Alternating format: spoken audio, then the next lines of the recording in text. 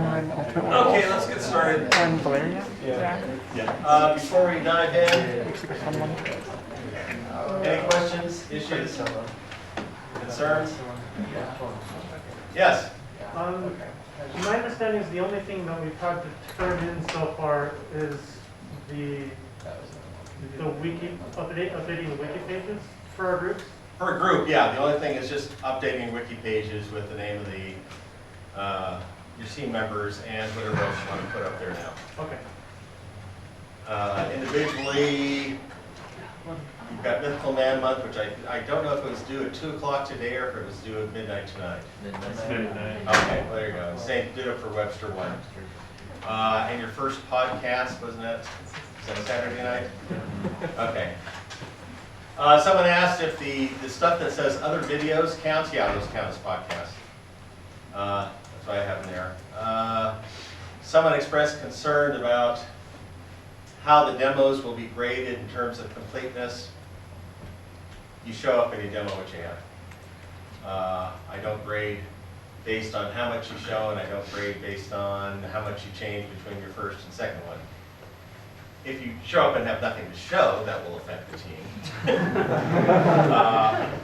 So that's a great incentive to have something that you can bring up on the screen that actually does something.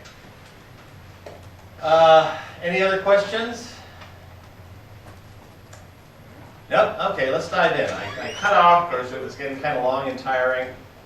So we'll pick up where we left off in the Mythical Man-Month, Chapter 4, Aristocracy, Democracy, and System Design.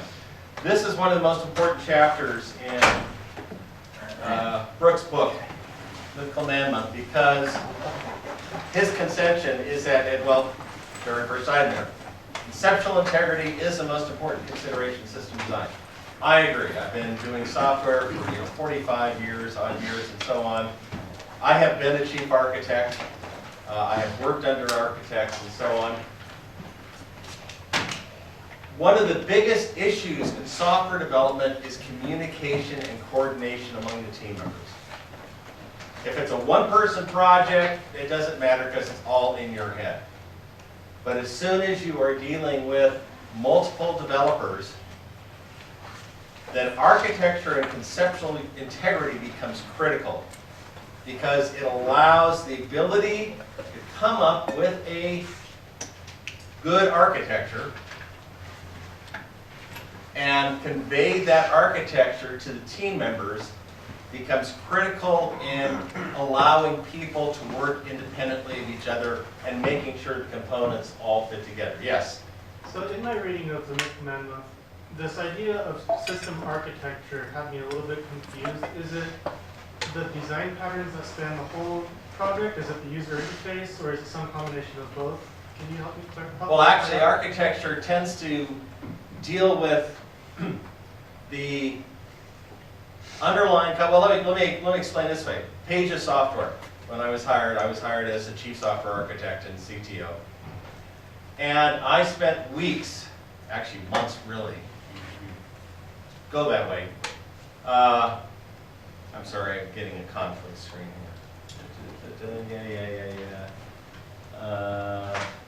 No, I'm going to put installation here. So I was trying to get something quit. Yes, I'm sure I want to quit. Go away. Anyway, in devising my architecture for pages, object-oriented document, what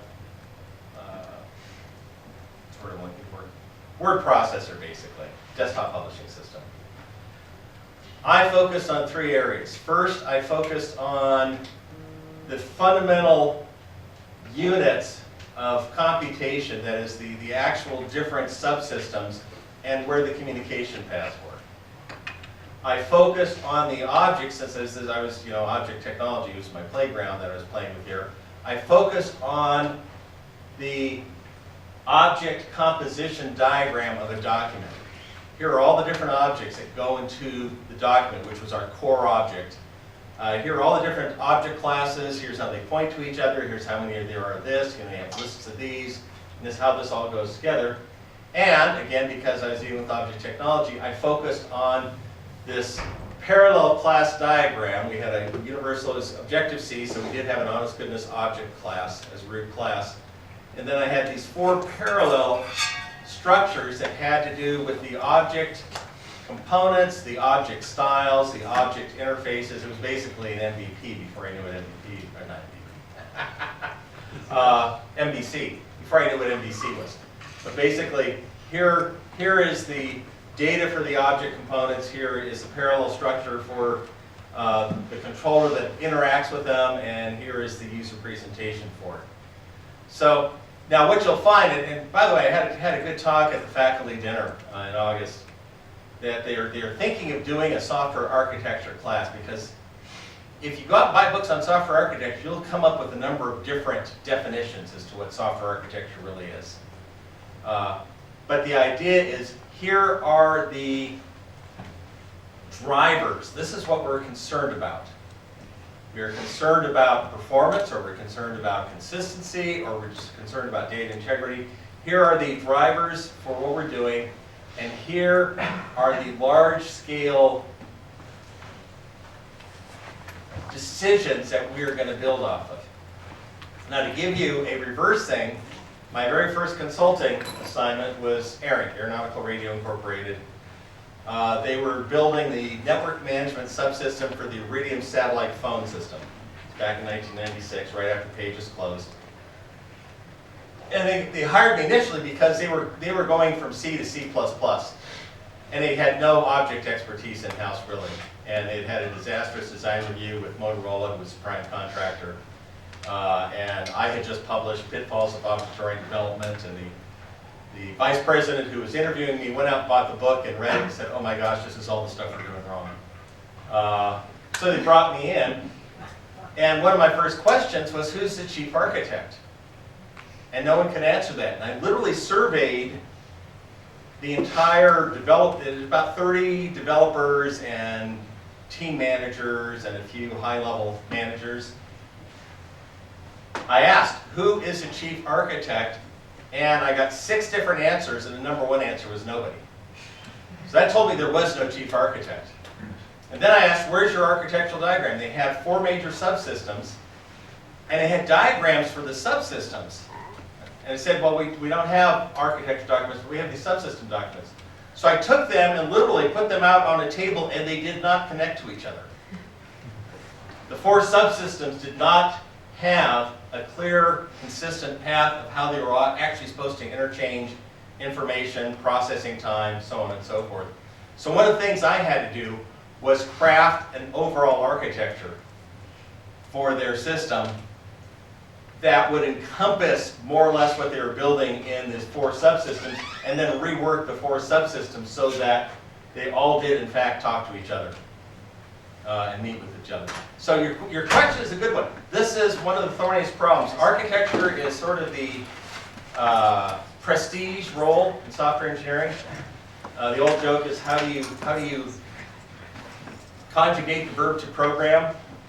I architect, you code, he, she, it tests. So it's a prime role, but there is often confusion as to what architecture entails or what deliverables you produce. Yes? So to see if I'm understanding correctly, perhaps a summary is that architects design the interfaces between systems and the user and decide what constraints to prioritize. Well, the constraints and priorities are often dictated by the market and the application. Okay. So the architect has to come up with a solution that will do that. And the architect, as Brooks talks about, this is not someone in their ivory tower. In fact, I had a good lunch with an IT manager up at Point of the Mountain who was frustrated because they did have on their project a chief architect, and he said this architect just sort of issues mandates from her office. Doesn't take feedback, doesn't do anything like that. And one of the things, and I don't know if I've got it on the slide here. Oops. Tom Affinito, when I attended the developers conference for Intelligent, which was a failed object-oriented OS that HP and Apple and IBM were doing together back around 94, 95. But Tom Affinito was one of the people helping run the developers conference, and he and I had a conversation like this. And he said something which, one of those things that you hear in select meetings where he says, architecture is ultimately a political act. The most important role for the chief architect is to get everyone on board, to hear what they have to say, to assess the compromises that may need to be made in order to deliver the product. And then to ensure that everyone is on the same page. Now, I mentioned that with pages, I had these 3 diagrams. I did them on large graph paper, and I redrew them and redrew them and revised them and revised them. I used colored pens. It was all very pretty. And finally came up with a set of the 3 diagrams, one of the system components and their communications links, one of these object classes, and one of the composition of the document object model. And I went down to Kinko's and got color copies, large color copies of these. And with each new developer we hired, I sat down with her or him and said, here's what we're building. And we'd go through them and say, talk them through and say, this is why we're doing this, this is how this is supposed to work, this is how it's supposed to work. And it was very effective in terms of the conceptual unity. There were further revisions and refinements made. In fact, one of the developers I hired, Peter Limbs, probably grokked the architecture better than anyone. And he'd come back and said, well, if we did this and this, wouldn't this work better? And I'd say, yeah, you're right, Peter. And I'd revise the architecture as a result. And in fact, the last year at Pages, I was traveling, this is after we'd shipped product, we're going through successive revisions of the product to deliver. I was traveling heavily with the CEO because we were trying to either raise more funds or sell ourselves to someone. And I basically turned over all architecture work to Peter. He was actually the youngest developer on the entire team, but he was one who understood the architecture the best and knew the implications of any change to it. Does that sort of answer your question? I'm still trying to wrap my mind around it, but I think it'd be beating a dead horse at this point. So It's hard to appreciate until you have had to develop a shipping application from scratch with other people involved. And realize, how you talk to each other. There's a reason why a lot of key software products, systems, and so on were the result of 1 to 3 people working together. It's because the communication bandwidth was so high, and they could basically, work stuff out in a matter of, minutes, talking to each other, or try stuff and then revise it and so on. The problem is when you have a larger and larger team having this architecture to make sure that everyone who's doing developing knows what they're actually working towards. Other questions or comments? We will come back to, let's go right Wait, I have a question here. Oh, yeah, sorry. I have a slight question, because just thinking about how there's some things like that it takes a bit more collaboration to actually get the whole system working. This is kind of esoteric, but thinking about COVID and virtual kind of workspaces, how do you think that kind of impacts it? Do you think there's a lot more separation? Is there a lot more difficulty in communication? We'll actually talk more about that when we get into peopleware, but the short answer is, if you have a really talented team that are committed to working together, you can do distributed or remote development. But my experience, and I've managed remote development, my experience is that there's an awful lot that happens standing in the kitchen getting soft drinks or going out to lunch. Seriously. There's a lot of mind melding, a lot of cross-fertilization, a lot of problem solving that happens, not sitting in your office coding, but actually saying, well, it's like, and I'm sure I'll tell this again, what my favorite debugging technique and my most effective debugging technique is? I call someone else in my office and say, I have this bug, and I start to explain it. And I'll get halfway through the explanation, I'll say, never mind, I just figured out what the problem is. There's this, people talk about a rubber ducky. No, you have more ego involved when it's a fellow developer. Rubber ducky doesn't care. Rubber ducky doesn't care. But you're going through, you're saying, oh my gosh, I'm an idiot. I've been looking at this all wrong, and this is what it is. It's like, okay, go away. It's fine. Second system effect,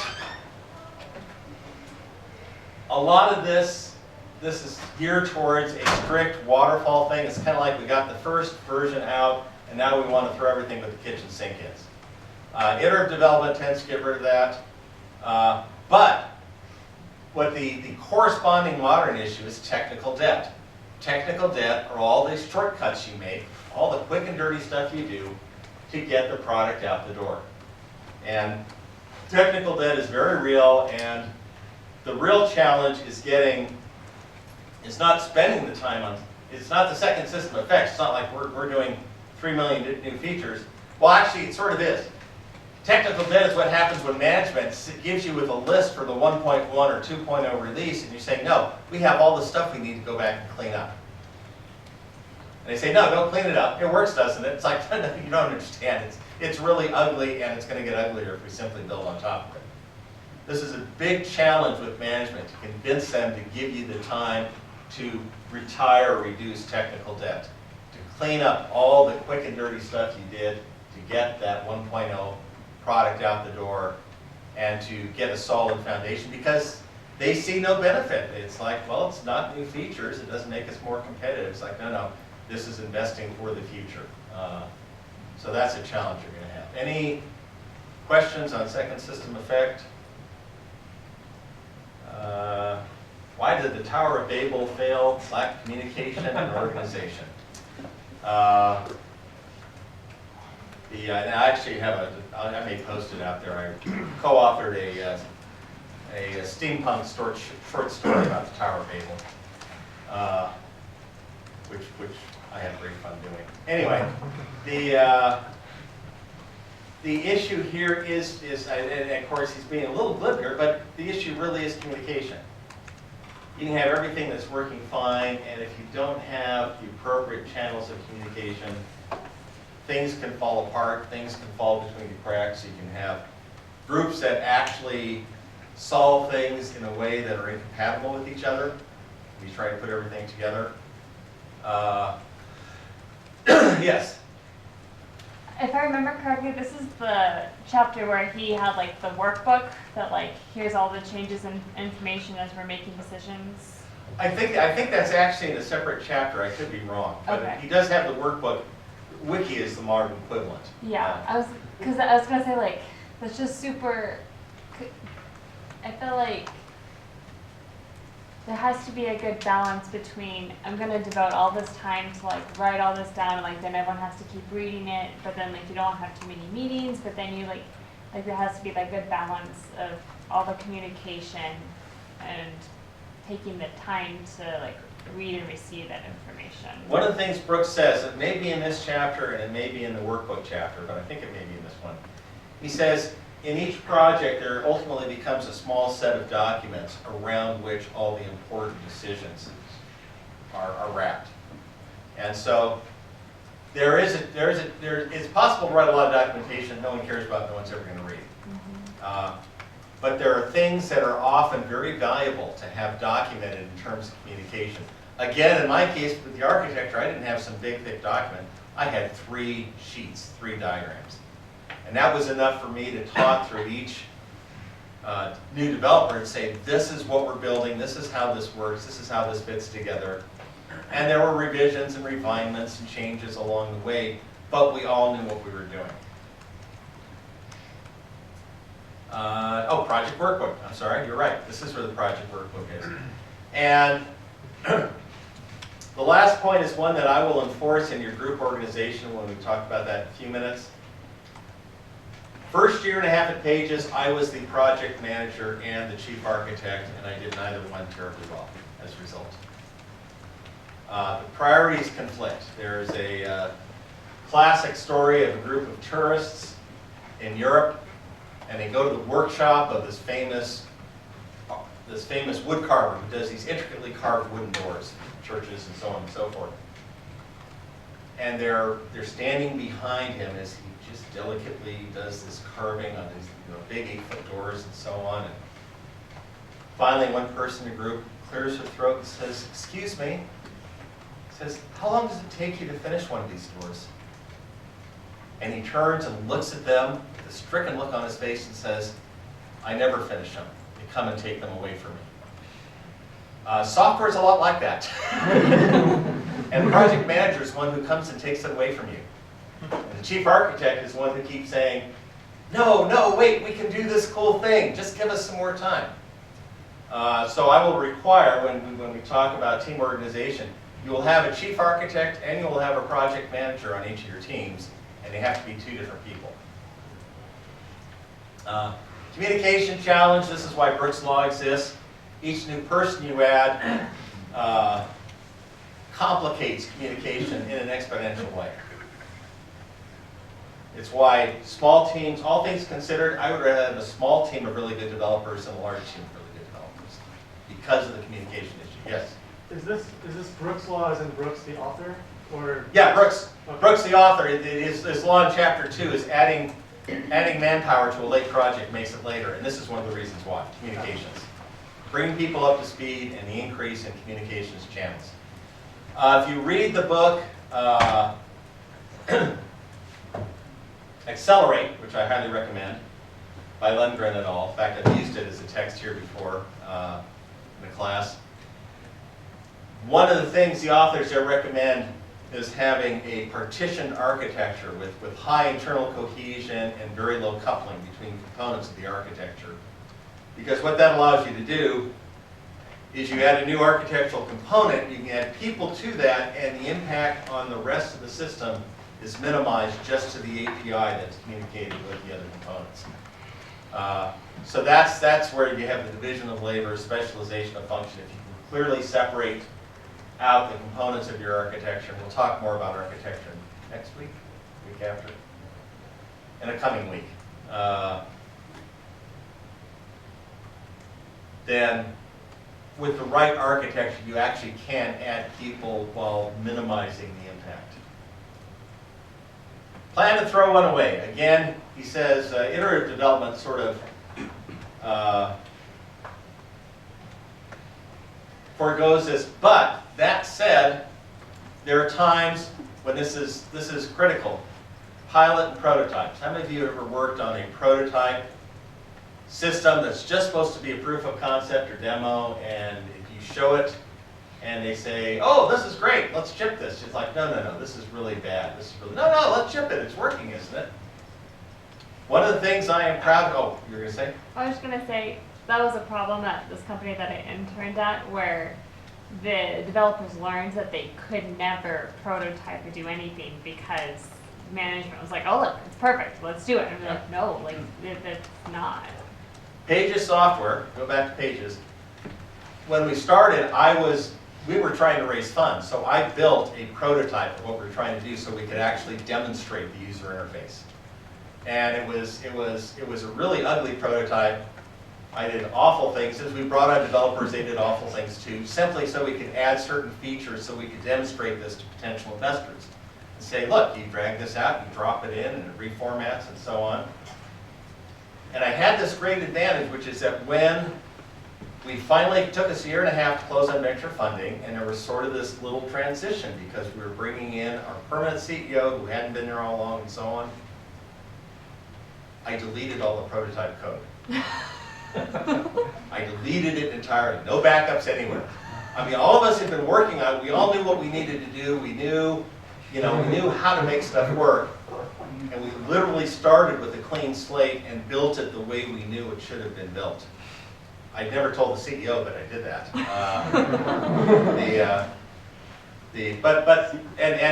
It's still one of my proudest accomplishments as a software engineer, simply because it's so hard to get them to do that.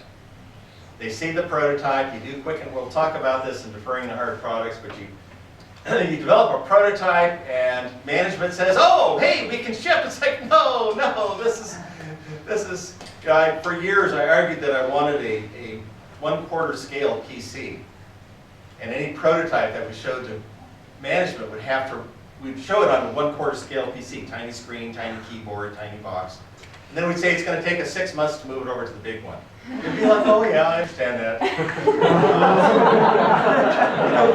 But when an architect does a model of an office building, no one tries to move in.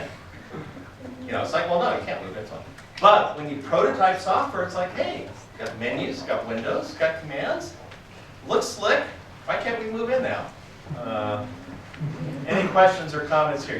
I appreciate your comment about, never can prototype because they'll want to ship it. Any other questions, comments, anything? Plan the organization for change.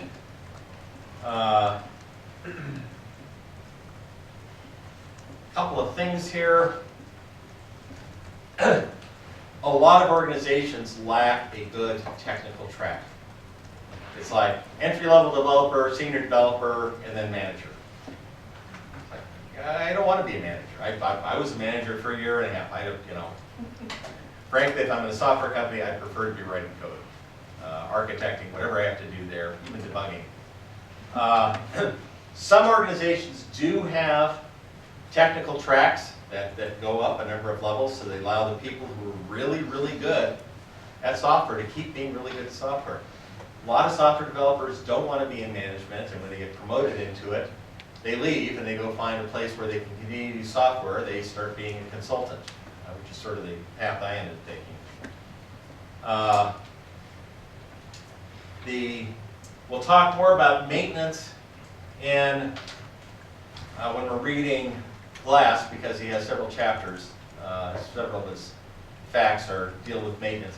Maintenance is about 2/3 new features, 1/3 bug fixes, and software just decays over time, because usually entry-level people are the ones who are used to add the features or to fix the bugs, and they do whatever it takes to close, to basically get it done. And you have an increasingly fragile code base, so that each new change is a higher risk of adding new defects or reawakening old ones. Any comments, observations, experiences along this line? How many of you have had to work on maintenance on existing software that's being debugged? Yeah. Any stories you have as far as how things have gone with that? No? Okay, we'll move on. Hatching a catastrophe. This is one of my favorite sayings. How does a project get to be a year late? One day at a time. Remember this. It is so true. The corresponding comment is one out of, I think it's out of Mark von Lister. It's very easy to lose a day on a project. It's almost impossible to make that day up. So it's a ratchet effect. You lose a day, and you think, oh, well, we'll work extra time this weekend and so on, and you almost never make up the time.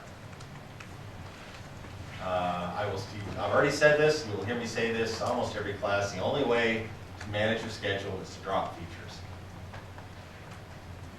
If you're trying to make a particular date, you have to decide what features you're going to cut. And, incidentally, you're also going to decide what bugs you're going to leave in. Most software ships with a large number of known defects. You simply prioritize them and say, yeah, we'll ship with these defects in place. Microsoft's been getting away with that for 40 years. It's very hard to measure progress. You'll read, we'll talk about metrics. That'll be one of the Webster readings, I think number 3. It's really hard to tell because of armor, again, levels of ignorance. It's really hard to tell how close you are to being done. That's why managing features. When you cut features that you don't know yet how you're going to solve, you've reduced your ignorance and you've increased your confidence in your projection as to when you're going to ship. Now, the 3-week rule is very interesting because this was something I thought I had discovered. As an expert witness, I do all these reviews of failed or troubled projects. And the pattern I was seeing over and over again was that they would have a deadline. Like, they started and they were going to ship in a year, and all was well until 3 weeks before the deadline. And they're like, oh, we're going to be late. Let's slip 6 months. They slip 6 months, and they go, and 3 weeks before the new deadline, oh, we're going to be late again. I thought, this is so cool. This is a very effective pattern. And then when I started teaching class, I went back and reread Brooks and said he nailed this like 40 years ago, 45 years ago.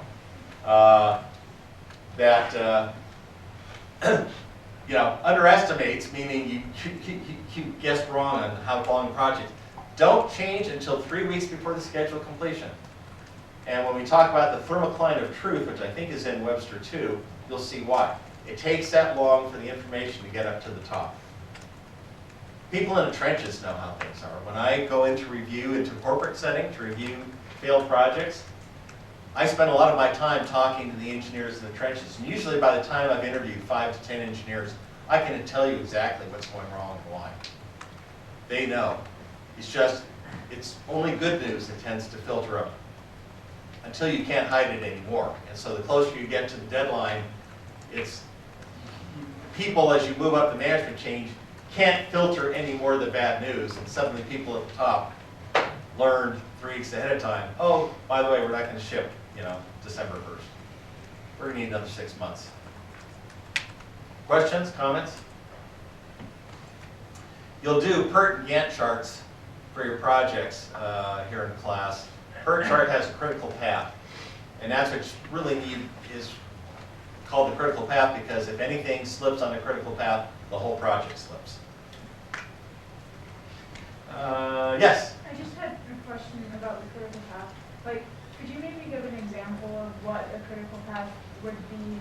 Like, what puts something on the critical path? I can. Let's say you're going from a legacy system to a new system, and you know how to configure the new system, and you've got the function, but you've got 3 million data records that you have to move over, and you've got to clean up the data records. And you realize that it's going to take you like 6 months to do the data conversion, which is long after everything else is going to be done. So the data conversion now becomes a critical path. It's just going to take time to clean up all the records, to get the bad data out, convert it to the data model for the new system, and so on. Actually installing, configuring the new system may only take 2 months, but the data conversion is going to take 6 months. You have the same thing. You have things that have to be done that are simply going to take longer to do. And when you get back to Armor, the critical path usually ends up involving the stuff that you don't know yet how to do, and the stuff that you don't know yet that you don't know how to do. So sometimes the critical path sort of emerges while you're in development. It's like, oh my gosh, we have to figure out how to do this. Here are our time constraints, and it's not working. There's thermocline of truth site. There's metric site. And we'll talk more about metrics in that lecture. Any other questions or comments on this? Again, my goal here is not to read the book for you. It's a lot of discussion of things that you ran across in the book. Oh, hey, look at that. That slide isn't supposed to be there. That's an old slide. Oh, that's a slide from last week. That's what you're supposed to do here. Okay, that slide is supposed to be there, but that was last week's slide. Oh, go away. Yes? Is there a place where we can review the slides shown in class? Yeah, I apologize, I didn't get the slides up, but I've got all the slides. If you go to the class website. Okay. Go to the class website, go to class lectures, videos. So here are, for example, the slides. They're as PDF files. Great. So I'll have the, I was late getting this one out there, but I already put the slides for today out there as well. So they are there. I'll get the video there. Okay. You'll notice that I actually logged in ahead of time here. I'm not dealing with all this stuff. Go away. Yeah. Got a new laptop too. It's tired of bringing that boat anchor to class. I got a nice small light. Okay, the rest of Mythical Man-Month.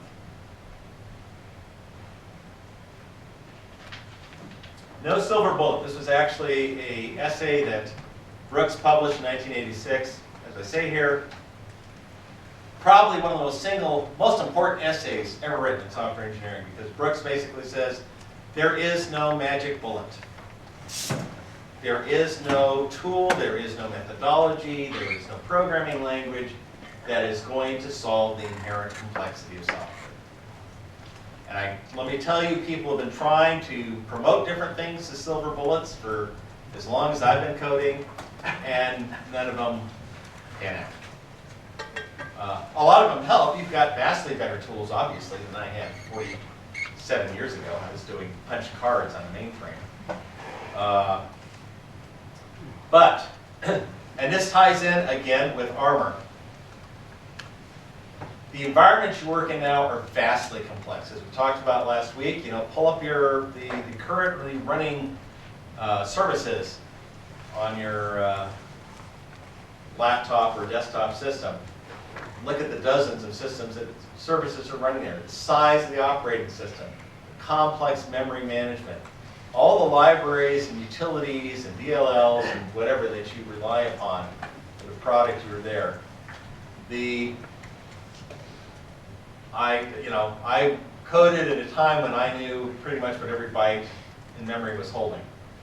I could draw you the memory map of the Apple II running Sundog Frozen Legacy from memory. Carefully track the stack and the heap which grew to each other and had to adjust the code so they didn't collide. And I didn't run out of memory. You work with vastly more sophisticated operating environments, lots and lots of different components, and that's the conformities. You not only work in them, you lose control over them. So you have to live with the defects that are in the operating system, in the libraries you use, in the IDEs you use, in other people's programs, and so on. And software now occupies vast amounts of code in terms of lines of code.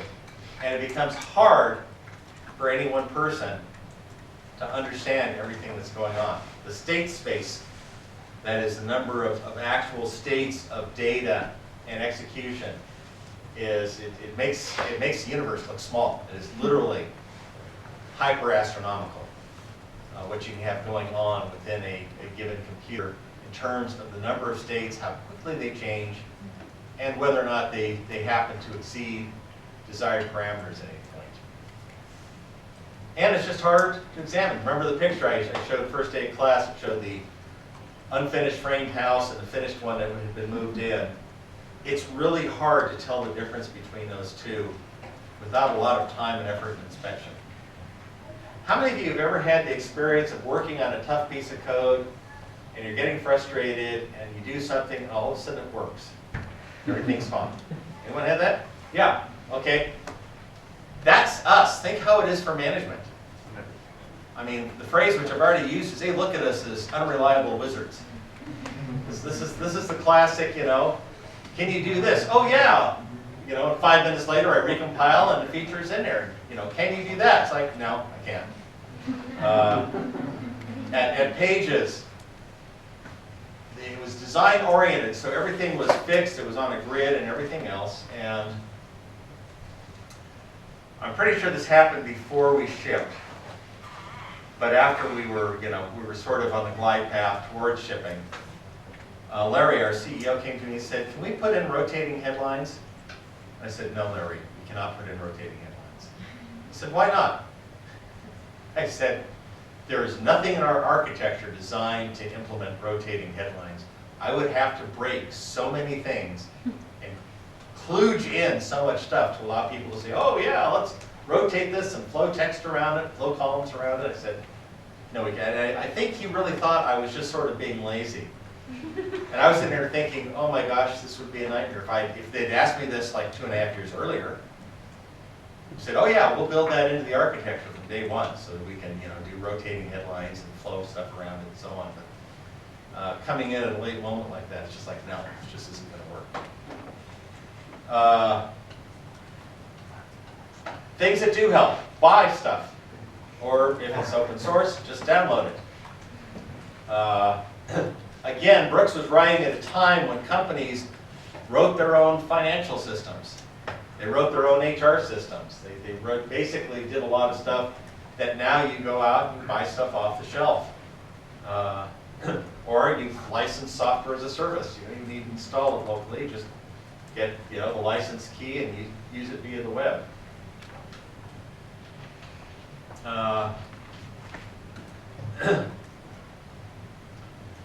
Rapid prototyping. Rapid prototyping helps, and this is going sort of into extreme programming, agile methodology, and so on. Getting user feedback as quickly as possible.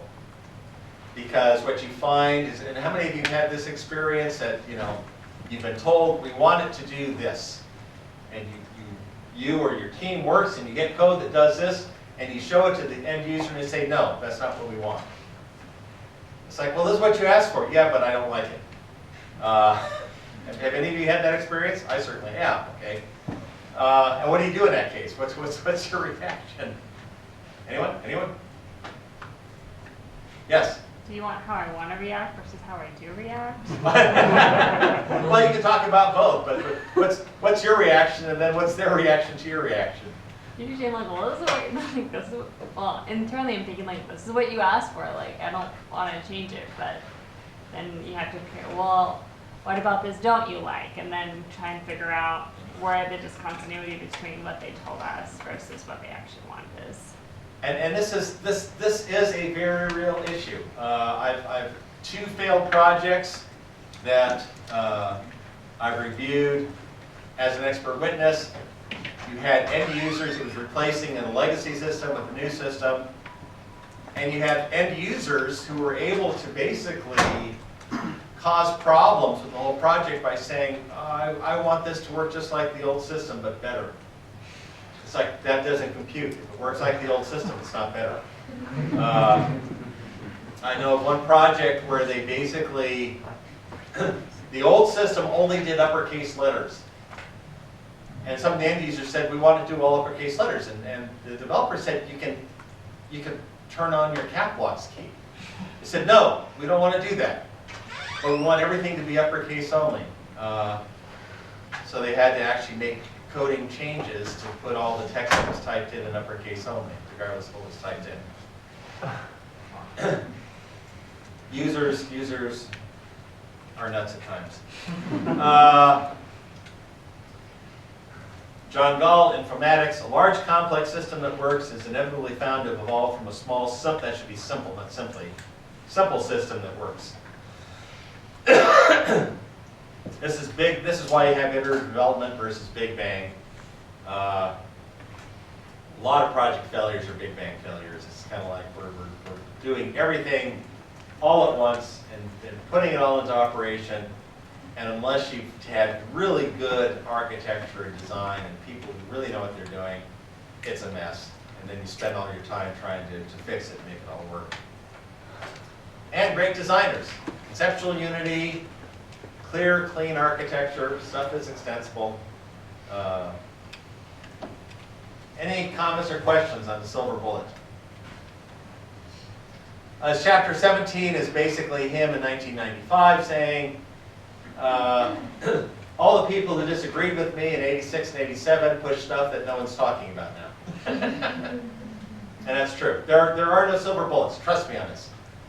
It's the same reason why AI is not going to take your job 5 years from now. First, because there is no true AI.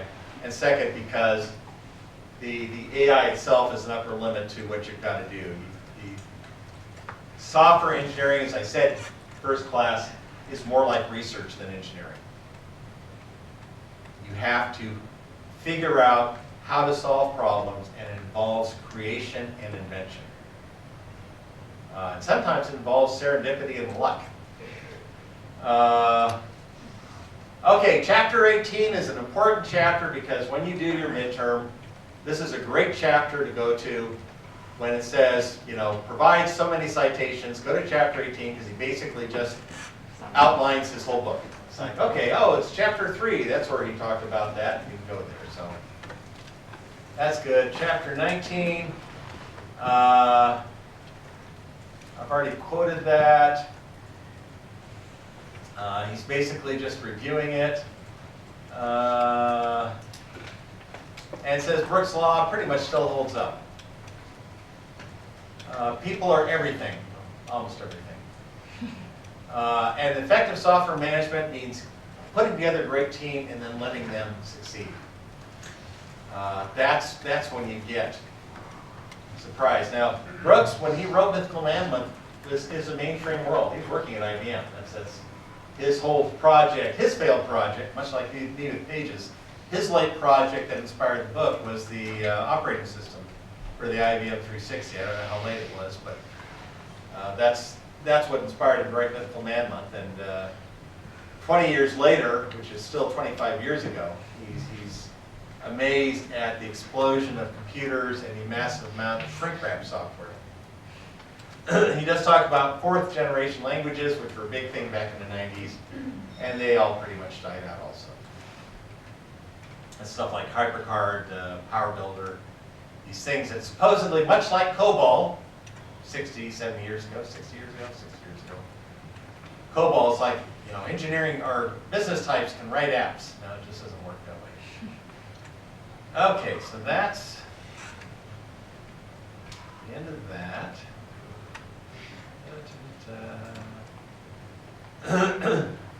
Oh, we're making great time here. We probably won't take a bathroom break. We'll push through and then we can let you out of here probably about a quarter after. Okay. Real software crisis. Wrote this 25 years ago. And I still cite it all the time. Here's the simple truth. Not everyone's cut out for IT. And I'm frustrated, particularly over the last 10 years, with the everyone should learn to code and you can make a great living coding. And no, most people really aren't natively good at software engineering. It's a minority of the population. Stop and think about the size of your classes when you're back in 142 and so on, and how many people have dropped out of the program since then. The problem is the demand far outstrips the supply of people who are actually good at it. And so you have this giant sucking vacuum into the IT industry, and you have vast numbers of people who are gainfully employed as software engineers who frankly are really bad at it. My good friend Bruce Henderson, who I'll cite, I hired him at Pages 31 years ago. He and I have been best friends and colleagues ever since. Worked together in a number of places. He's got a software project that he's trying to staff up. And he complained to me on the phone the other day. He said, I can't find anyone who's really good. He says, I have lots of applications that most of these people clearly aren't qualified. And if their resume looks good, I talk to them on the phone and ask them some questions. It becomes very clear they're not qualified. Now, while covering this in the next reading, I usually have students here, 428, who say, what if I'm not talented enough? Look, you're seniors. If you really didn't have any aptitude, you probably would have dropped out of the program and changed majors or something along the field. And you're better than at least 80 and possibly 90% of the people out there, because you also have a lot of people. 3 of the best engineers that I ever hired did not have degrees. They were naturally gifted, naturally self-educated, and they were just plain brilliant. One of them was Peter Lynn, so I mentioned I turned over the architecture list. I hired him, he was 19 years old, had a GED, but he'd been developing his own operating system on his own. He was just very gifted, very brilliant. And like I said, the development team I had at Pages was an outstanding development team. I'd hire any of these guys again in an instant, or women again in an instant. They were all great, but Peter was the one who understood the architecture better than anyone else. So this is a chronic problem, and my follow-up is this article Tempest, which you should have read. Talent, experience. If I were to go out and hire people, this is what I'd look for in this order. What seems to be their actual aptitude in software engineering and design. And it's not a single talent, and it's not a single yes/no. It's more like, frankly, D&D. 4 or 5 characteristics and a 3d6 roll. And you want people who are up in the 15+ range.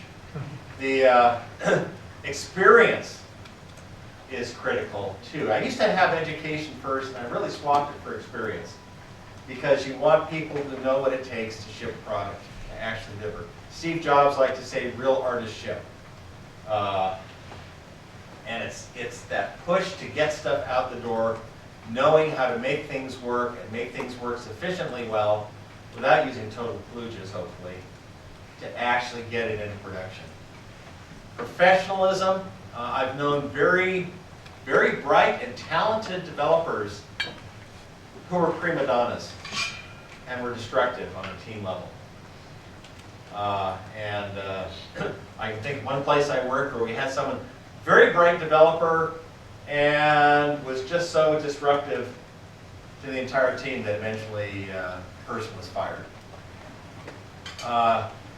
Education, I see on Quora. How many of you spend time on Quora? I answer questions there all the time, mostly just because it's kind of fun. And a lot of questions I see are, what one programming language should I learn so I can get a high-paying job in 6 months?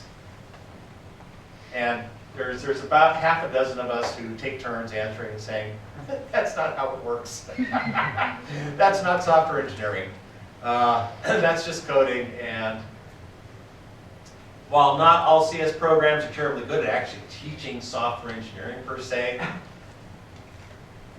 having a computer science degree is, in my opinion, a major advantage out in the industry, because you understand the principles. The answers that usually to those kind of questions, you get people like me say, do you want to know how many different high-level languages I've had to work in? And in my case, how many different assembly languages I've had to work in my 47 years. They're tools. It's not the language. It's not the IDE. It's not the operating system. It's, do you understand the underlying principles? And then last are skills.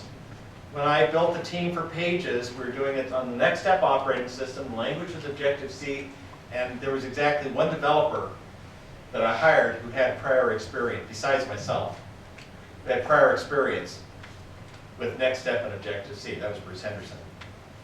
The rest I hired because they were all solid, bright, experienced developers, and they all came up to speed on the operating system, the APIs, the language, and everything else.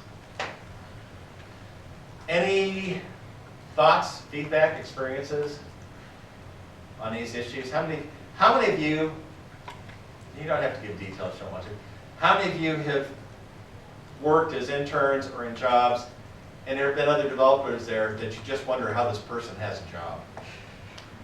Anyone had that experience? Yeah, a few of you. Anyone want to tell stories? I'll tell one. My first job out of BYU at General Dynamics. There at General Dynamics, we had a pool of software engineers, had 10,000 aerospace engineers, and then this pool of software developers who would get hired out. So I kind of, Webster, you're going to work on this project 20 hours a week for the next 4 weeks. And so I worked on several different projects during my year at General Dynamics. And my very first one had to do with some code that was part of a cruise missile simulation package. And I was asked to go in and fix this bug in it, and it was a couple hundred lines of Fortran, which I knew quite well, but it was the ugliest, worst structured Fortran I'd ever seen. And I seriously questioned why, how the person who wrote this, because the person who wrote it was part of the team there. And I was like, this is really bad. This is really, really bad code. And that was sort of my first wake-up moment that, oh, yeah, there really are problems here. Anyone have stories they want to tell? Yes? I kind of have one, back a few years ago after my mission, my dad hired me to the IT. Basically, he's like, oh, I want you to write a program that is like this. So it was really nice because I had talked to him, knew exactly what he wanted kind of thing. Even though he's an accountant, it was okay. And they also hired a full-time employee around the same time. I started 2 weeks in advance to her comparison. And she was an IS, basically, and she claimed to know about things, but it became apparent that she didn't know about things. And so later on we started a new project where we were doing SQL, and I was like, okay, I have some SQL basically, And she had, she had put on her resume that she did know SQL, but it became apparent that she didn't know SQL. So even though I didn't know SQL very well, I did it better than she did. And here I was working $12 an hour, Yeah. just done like, 1 year of school. And I'm like, hey, you actually have a degree in this, like, How do you not know this? how do you not know this? Yeah. So, it was hard. Anyway, just be prepared for that. You'll find that you have, and this can go all the way up. I can tell you stories about CTOs who come in with grand plans and crash and burn, and then move on to the next startup or the next company. But I won't name names because what I'm thinking of is here in the area. Okay, Dead Sea Effect. Dead Sea Effect, this is something I first observed at Fannie Mae 25 years ago.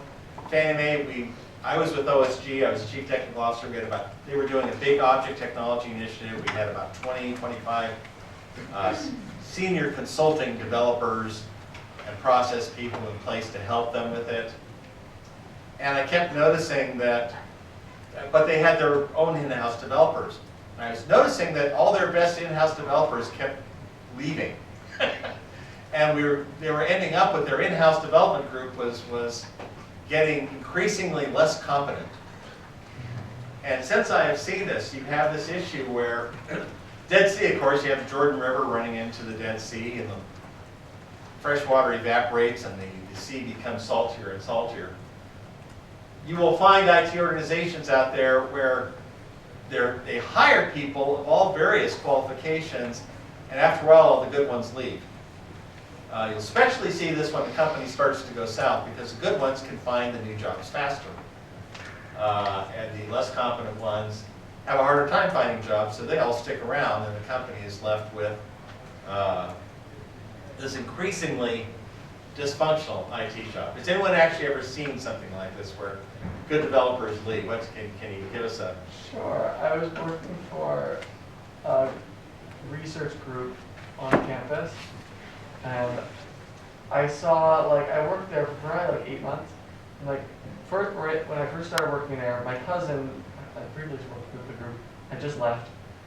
And then I worked there for another 6 months, and another developer left. And around that time, I was getting a little fed up working for it because the code base was like spaghetti code. Yeah. You had no idea where anything came from, and it was written in PHP, and it was bad. So at that time, I'm like, I'm gonna see if I can land something anywhere else. And Yeah. then I just started sending applications out, and then eventually I got accepted somewhere, and then I left. This is a very real syndrome. When I first published this, it ended up getting linked to from Slashdot. Had lots and lots of feedback. In fact, assuming that you've gone to Reddit, I assume you have, chance on midnight tonight, had lots of comments of people saying, well, what about this? Well, what about this? No, it's not unique to IT, but it's a very real syndrome, and I do see it a lot, and it's especially true in failed projects that all the good people say, I see where this is heading, and I'm going to get out the door first. Yes? If management sees that, what can they do to fix that? Are they just doing it? No, this is a very good question, because usually it's a foundational problem. In other words, if management sees it, management is going to have to bite the bullet and say, we need to attract and keep our best people. And how do you attract and keep your best people? Well, you want to start doing things right. You want an intelligent schedule, not a death march. You want the right tools. You want to let the developers do things the right way. You want to reduce the release schedule so they can retire technical debt, they can clean up stuff. And you can get code. You talk about all the spaghetti code. There are times when code is so septic that all you can do is throw it out and start over again. Any attempt to try and push it into production usually just won't work. It's pretty much what I did with the prototype in Pages. It's like, it worked and everything else, but no, this is not something I would want to build a commercial product on. And so it's just like, RM minus R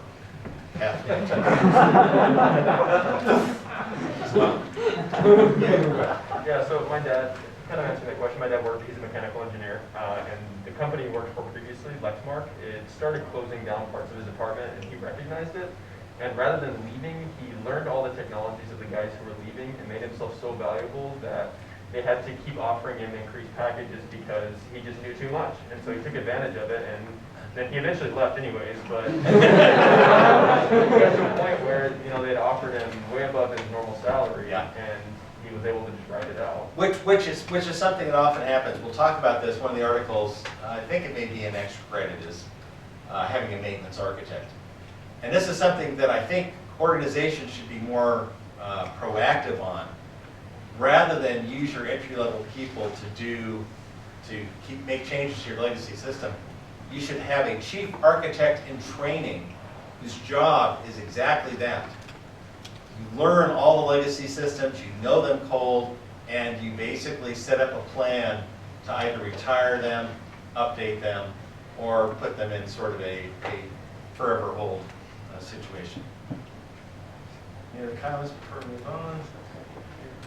Okay, that one's done. Look at that, we're just ripping through here. Okay. Now, let's talk about, let's talk about what you're going to do. 1, 2, 3, 4, 5. Hey, I hit the right function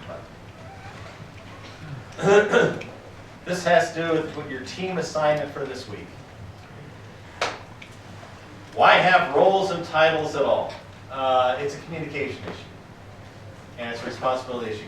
There have been attempts in the software industry to say, oh, let's not have any organization where this free-floating mass and we'll assign people, and you know, people will just pick up stuff and it will all be so creative. It's sort of the same mindset that says, oh, let's put everyone out on tables.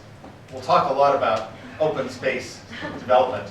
We'll put them out there and it'll be all the spontaneous stuff that will emerge. No, that's not what happens at all. What you need, basically, if you take a group of really good developers and you say, oh, we're not going to have organization at all, we'll just do this, you know what happens?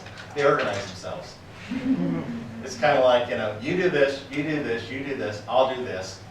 Let's talk at the end of the week, we'll figure out how to, you know, keep things going. So you do have self-organization, but it's organization where they have roles. So, without this, you have, as it says there, time wasted coming up to speed, loss of gain knowledge, undocumented tasks, uncertain authority, and gatekeeping. This is really critical, because one of the most important aspects of roles and titles is who's the person responsible to say yes or no on this?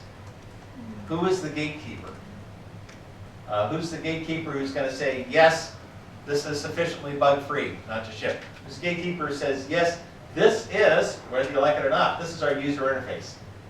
You know, I'll listen to all of you, but this is what we're doing, because I know how to make this work. We've got this in place. We're not going to keep futzing with the user interface for the next 3 months, okay? We can change it later, but this is what we're going to do. Now you have issues of prestige and ego, lack of talent in certain roles, misused authority. Basically, what you're going to do as a team this week is everyone's going to come up. You're going to decide as a team, so you better, I hope you have all your communication channels open, private Slack channels, whatever you're using, Discord, whatever. You're going to decide who has what roles, actually decide first what roles you want, what roles you have, what the responsibilities are. You're going to have to produce an org chart and a roles and responsibilities document. You know, you can do what you want. We'll talk about titles in a second. What you want is division of labor. Now, this also, and I've already said this once, you're on a sprint. You're on a sprint for about 8 weeks now, before you have your first demo. You're going to have to be flexible. You're going to have to, while you're going to organize yourselves, everyone's going to have to pitch in and do stuff. As chief architect at Pages, one of my most important roles was I was the single best bug finder, fixer. Because I knew the architecture, I spent time in everyone's code, and it was about 250,000, no, actually, final version was about 450,000 lines. Initial shipment, I think, was about 350,000. I was everywhere. And when bugs would come up, I would say, I think I know where that's happening. And I could structure stuff and try to reproduce it and say, aha, that's where it is. I didn't consider that, I considered that one of my most important jobs, frankly, as chief architect, was finding and fixing bugs. Because everyone was focused on, each of their aspects of the program, and I was the utility infield, roaming around, looking at everyone's code, figuring out, and they would fix bugs when it was specifically in their area, they knew what it was like, okay, I just got to make this work. I got all the hardest bugs. And it's what I became very, very good at fixing. Conway's Law, you'll read that this week, basically says, and Brooks talks about this in Mythical Man-Month, you should have already seen this. Conway's Law is that the architecture will reflect the lines of communication in the team. So one of the things you want to do is you want to sketch out roughly your architecture. For the projects here, usually it's like, okay, front end, back end, something else. And you assign people based on that. And we'll talk about how to retain goal alignment. It's probably less critical given the short time frame here. You're going to work together for about another 10 weeks, and it's like, bye, we're out of here. But it's good to talk about what, as a team, for all of you to discuss what you're trying to get out of this class and out of this project, and what you want to accomplish, and make sure you're all clear on that, because you may have members of the team who say, well, I really want to learn this cool technology, or I want to try out this particular approach on something, or I want to do this, I'm really good at this, so therefore I think we should do this for user interface and so on. So talk about that. Deciding how you're going to decide those roles. That's one of the biggest problems. It's like, who gets to decide this? You're going to have to talk to each other. You're really going to have to talk to each other. You're going to have some give and take. There may be some competition. Some of you may really want to be the project manager or chief architect. Some of you may really not want to. Some of you may say, no, this is a tough semester. Can I be QA? You may not have the talents and skills to match positions, but remember that you can always reorganize. So the exercise here is not that I'm going to grade you and say, okay, let's talk about each of you and your roles. How are you doing your roles? I can care less. Your responsibility is to have a demo ready in 8 weeks. Okay, this is something to help you as a team to talk about who's going to do what and how you're going to do it. Org chart examples. Okay, just something like this. Show arrows and lines. That's all I'm looking for. Use whatever utility you want to do or app you want to do this, but you need to put a link to it, or put it on your wiki page. I have to be able to go to your wiki page and click, and either actually see your org chart right there on your wiki page, or click on something and have it come up. Please try to avoid anything where I have to register somewhere to go look at your wiki page. No, it happens every time. Lucid charts or whatever. I think I still have a Lucid charts account for that. But anyway, so you're going to do an org chart, and I will stress this because this gets overlooked by one or two teams. Well, you're going to have a roles document as well, which simply says for each of the titles you come up with, what is this person responsible for? Now, let me back up here. Possible roles, there has to be a project manager, there has to be a chief architect. Beyond that, whatever floats your boat, Do what you want. These are suggestions, and this slide is already, or these slides are already out there on the website. This is one of my favorite sites here, because this is so true. These are the sorts of titles you see in Silicon Valley. You're free to create your own titles as long as the roles document tells what the person is responsible for. You see this stuff all the time. So, let's close this again. Any questions at this point about the org chart? No. Okay. You're all seniors in college. I'm sure you figure this out. Roles document. I always have one or two teams every semester who overlook this. Besides your titles, in addition to the org chart itself for each of the titles, you want to define the roles, and I'll bring this up right now. This is sort of what I'm looking for. This is from a previous semester. Here's our org chart. We can't see it. Oh. Hang on. Yeah. Can't see it because. Oh, you probably couldn't see the other thing I did either. Good job. Okay. Let's see here. Oh, go over there. You're gonna make me close, aren't you? Or at least escape. There we go.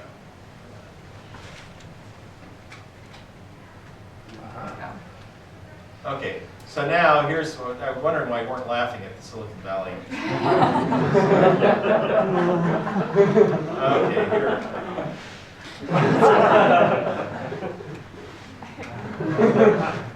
Like I said, you will actually see titles like this in Silicon Valley.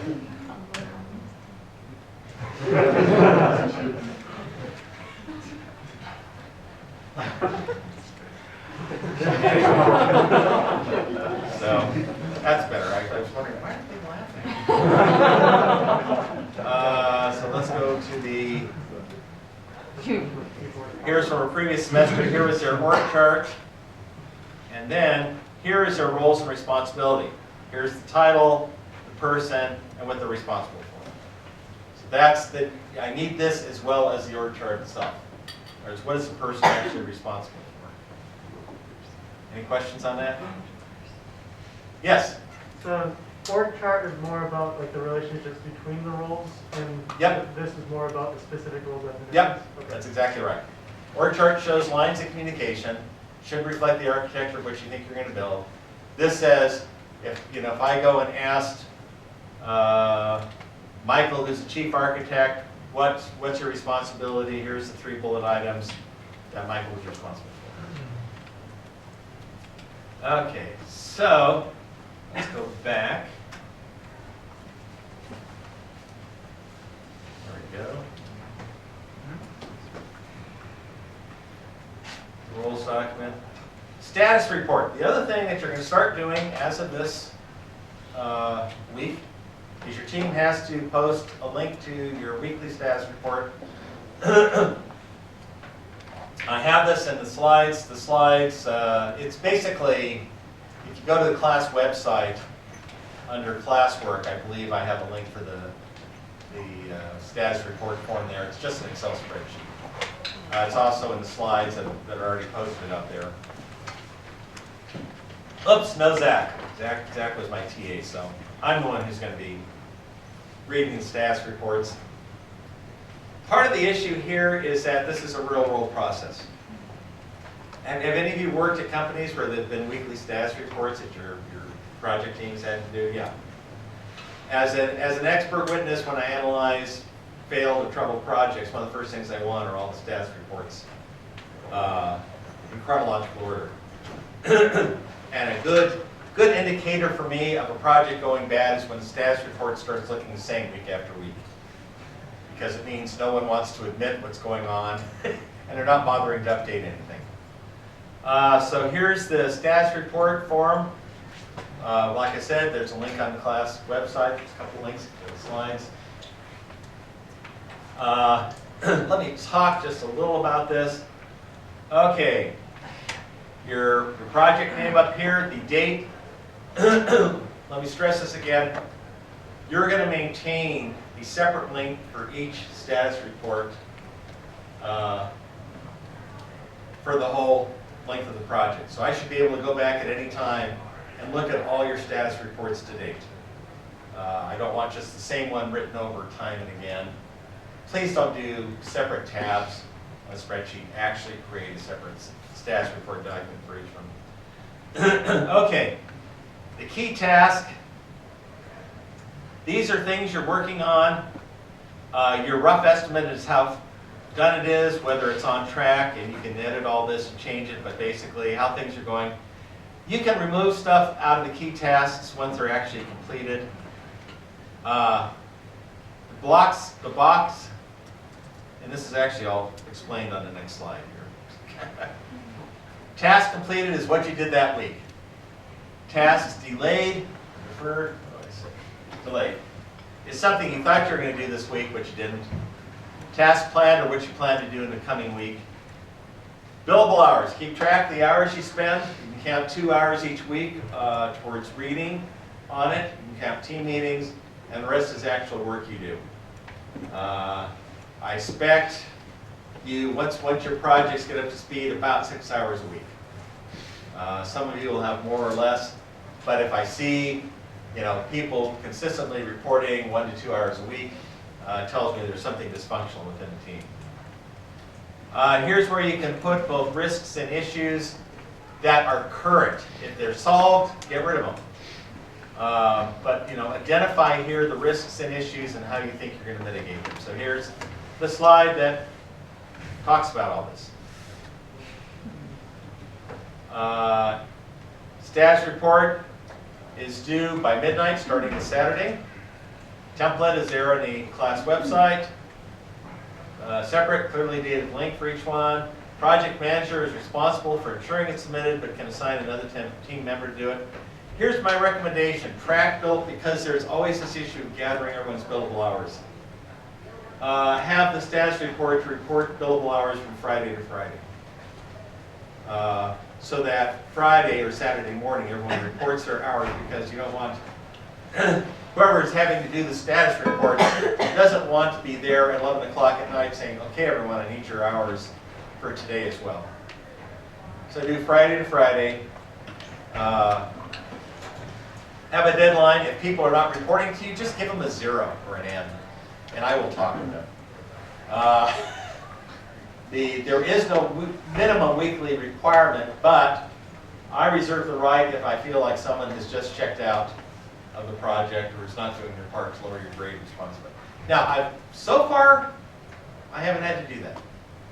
I or the TA has had a few come to Jesus meetings with team participants who were not participating, but that, in every case, that has actually solved the problem. So just, guys, you're seniors, just get this done. You all have problems, and help each other. We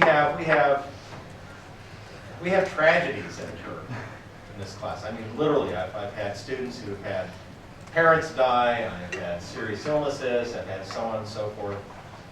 Be there to support each other and contribute to the team's success. And all will be well. So by midnight Saturday, your team needs to have an org chart, roles and responsibilities document, and your first status report. They should all be on your page. I will look at all these Monday morning. So you actually have a little slack if you don't get it done by Saturday midnight.